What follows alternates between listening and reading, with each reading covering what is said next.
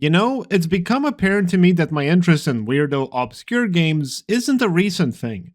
It's something I absolutely did in my childhood. I didn't just play Crash Bandicoot all day, but also played Flash games, free indie games, you name it.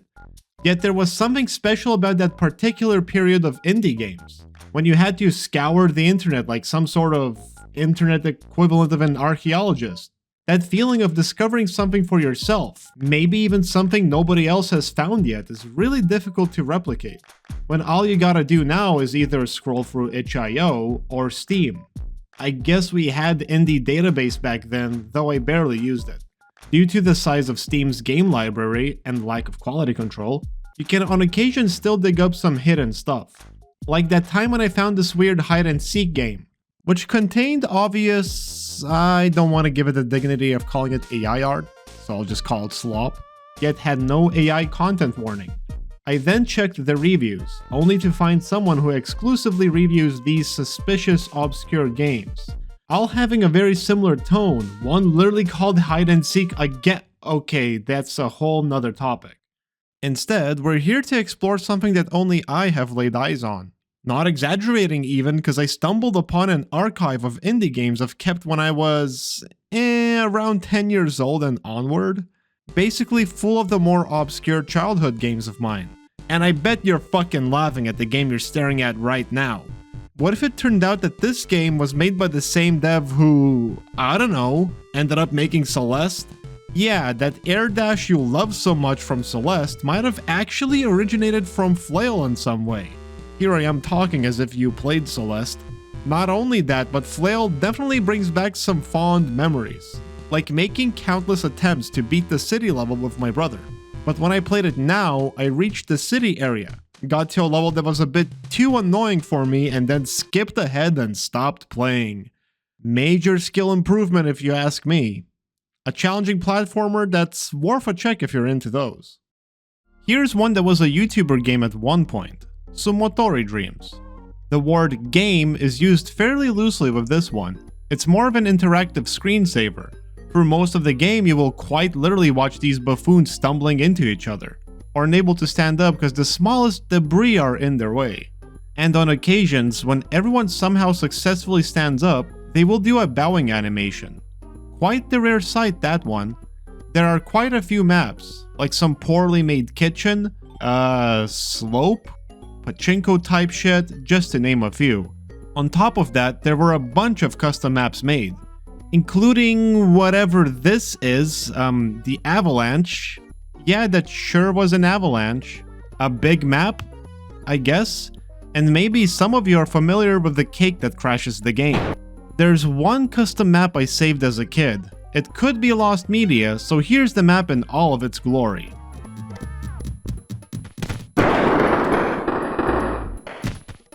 Yeah, this was enough to fetch you the big bucks. Different times, huh? I'll be using these guys as B-roll footage whenever I don't really have anything to show. This one goes out to that one dude who remembers this game. Knit Stories. First of all, this game has an impeccable soundtrack.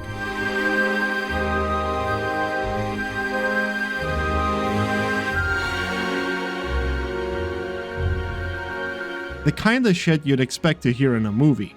The gameplay itself, aside from the questionable key mapping, has survived the test of time. It features a fairly unique concept for when the game came out at least, which isn't all that unique anymore because we call those types of games Metroidvanias. Most levels, at least the official ones, will feature inaccessible paths that will later open up when specific abilities are acquired. But what's truly special about this game is that something about it got people to make levels. Maybe it's the creativity shown in the official levels, or perhaps how accessible the editor was? Well, beats me. All I know is that this game got my dumb 12-year-old ass to make something. Now let's give my level a look. Already the intro is leaving a strong impression and really sets you up for what to expect. Huh. You know, this isn't too bad. Never fucking mind.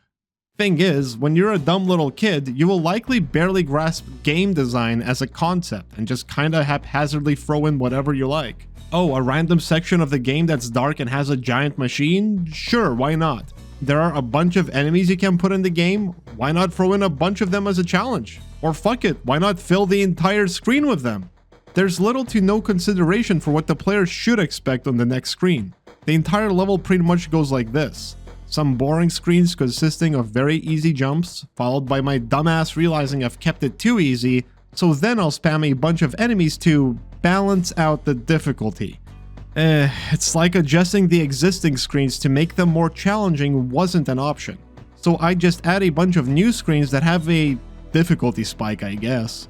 But other than that, it really isn't that bad? Can I even convince you that it's not that bad? Maybe it's more like I expected it to be much worse than it was. There are some neat Easter eggs in here that I somehow still remember how to get to. Frankly, it seems like I put more effort into the secrets than the actual level. Not to mention, we got some of my dyslexic gems in here. Like, from where did this white hair came from? What? I'm making fun of myself. Anyway, we've hung around a game nobody knows for too long. I just think it's worth a check is all. Let's move on to EnviroBear 2000. Yes, there was this really annoying trend at this time where games were intentionally designed with very limiting or straight up dogshit controls. Think Surgeon Simulator or Octodad. Let's players ate that shit up, so why shouldn't indie devs capitalize on it at the time?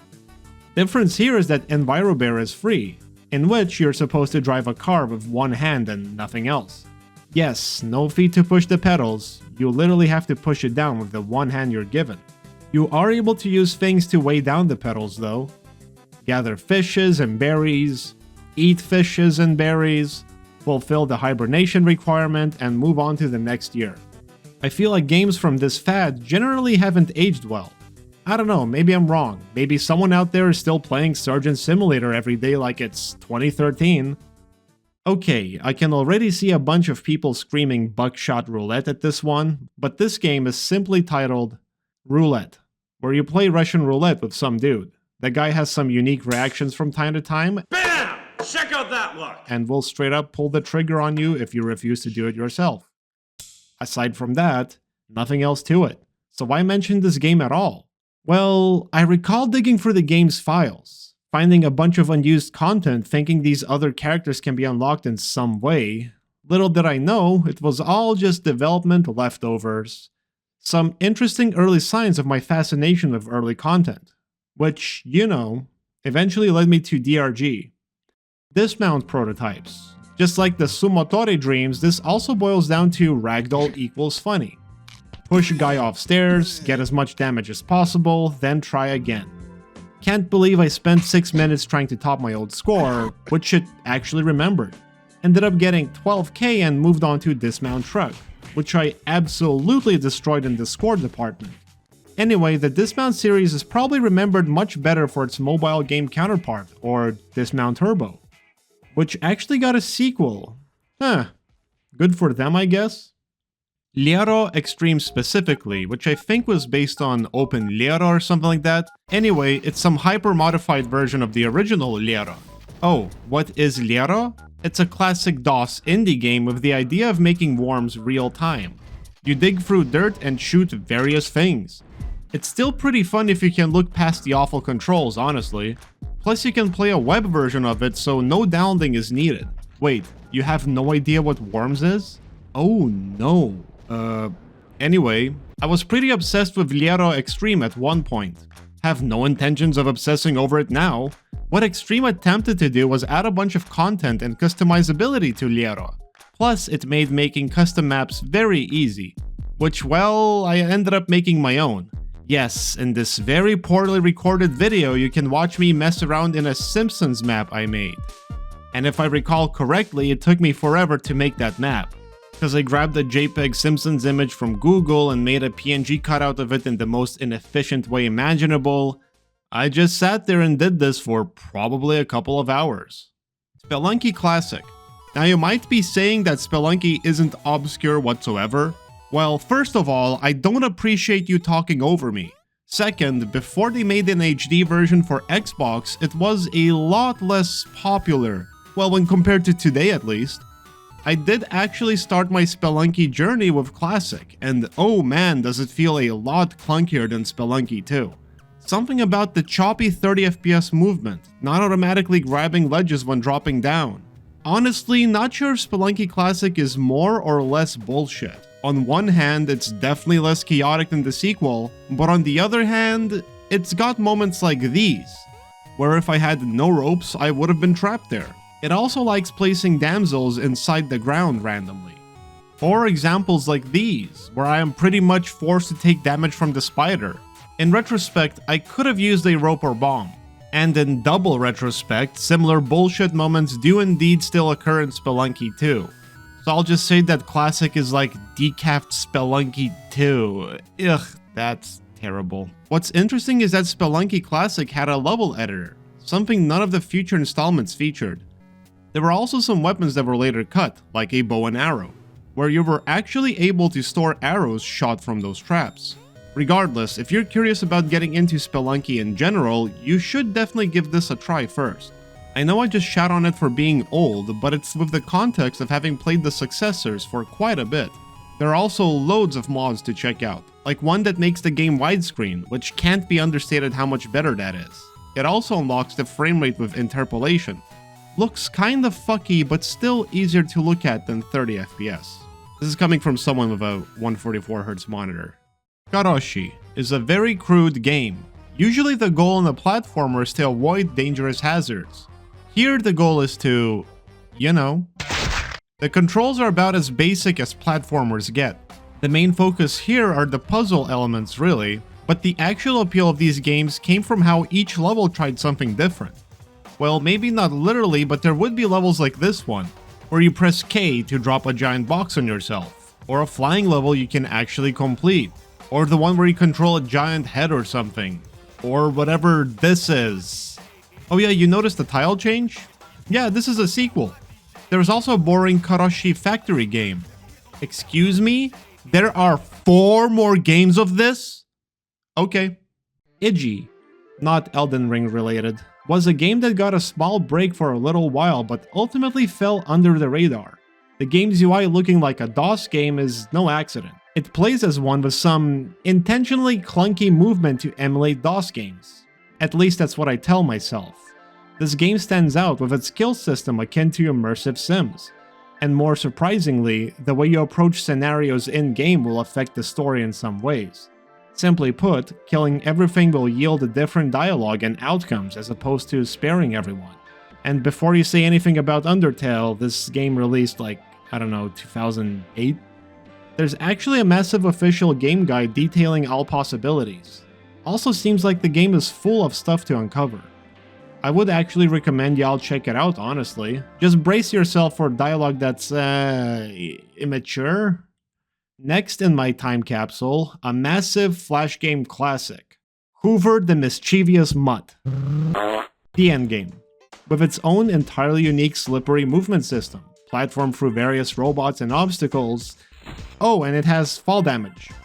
Apparently, it's sure to drive you insane as you keep attempting to perfect each level by collecting all the gold. But my desire to collect all the gold has died many years ago, along with my 15-hour save file that's now lost forever.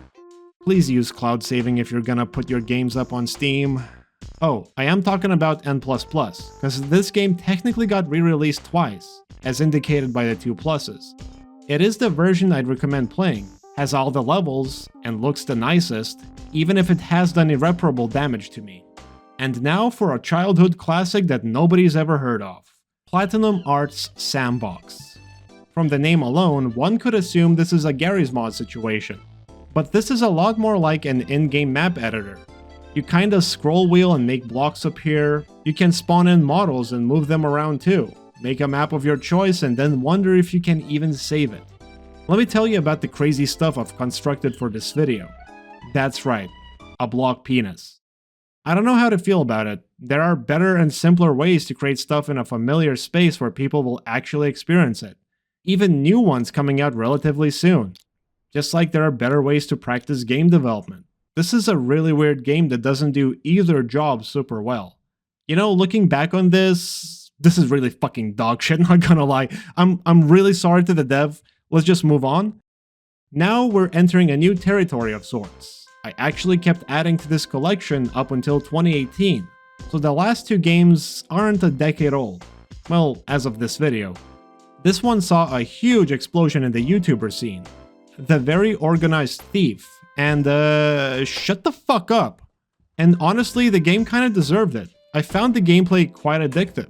First few playthroughs, you'll be figuring out how the game works. Opening the safe, even if successfully, will trigger an alarm that'll have the owner coming back early. Apparently your thieving ass getting caught terrified some people. To circumvent the alarm, you first gotta cut the power. Oh, that was the wrong wire. Whoops. Once you understand the environment and the gameplay, next up is mastering it. This is where you enter the speedrunning phase, collecting all the required objects and bonus money as quickly as possible, all while escaping scot-free. Also, what's up with the development? I remember quite well that they called this a prototype, implying there was a bigger game in the works. The developers seem to have vanished entirely, with some traces of a planned sequel still there. Which we might see someday? Maybe? Saving the most headache-inducing for last. Maybe stop watching the video here if you don't want one of those. Memory of a Broken Dimension. I feel like the visuals of this game are accidentally a great representation of a migraine. But in the context of the game, it does make sense for it to look so fucked up. A very unique take on how a broken dimension could look like. The goal is to restore bits and pieces of the dimension, restoring something that you can just barely perceive. Is all of this visual noise worth the trouble though? While I was enamored the first time I played this, the game was not as effective to me this time around. An interesting concept, where the gameplay boils down to stand at the correct spot and look at a specific angle to make thing appear, is underwhelming to say the least. Apparently this was meant to be a demo. The developer from time to time still works on the full version, but at this point, if you're waiting for it, just don't. If it happens, it happens. Not losing out a ton if it won't. Could be a neat game if it does happen. Talking about these development hell indie games makes me think of a certain other game, which maybe I'd bring up if it had a perceivable pulse. Something about burritos, something about galaxies and 65s. Whatever, let's just wrap up the video. Overall, going through my digital time capsule was quite intriguing, not to mention nostalgic. I, of course, didn't showcase all the games in the collection, because some of them I just don't have much to say about. Like this block stacking game. It's a pretty boring game about stacking blocks. The most I can say about it is that it's the first game that came from DigiPen, which later on had a bunch of students make Narbacular Drop, which ultimately resulted in Portal. Even better, Tag the Power of Paint resulted in Portal 2's Goop puzzles. Some really cool stuff came from DigiPen, yet I barely mentioned the actual game that's in my collection. And there's honestly a lot more games one could check out over at DigiPen's website, if you're hungering for those early indie game vibes. My collection also featured some, very functional games and, I don't know. Hey, at least you made a game, unlike me with my ball-rolling Unity game ass.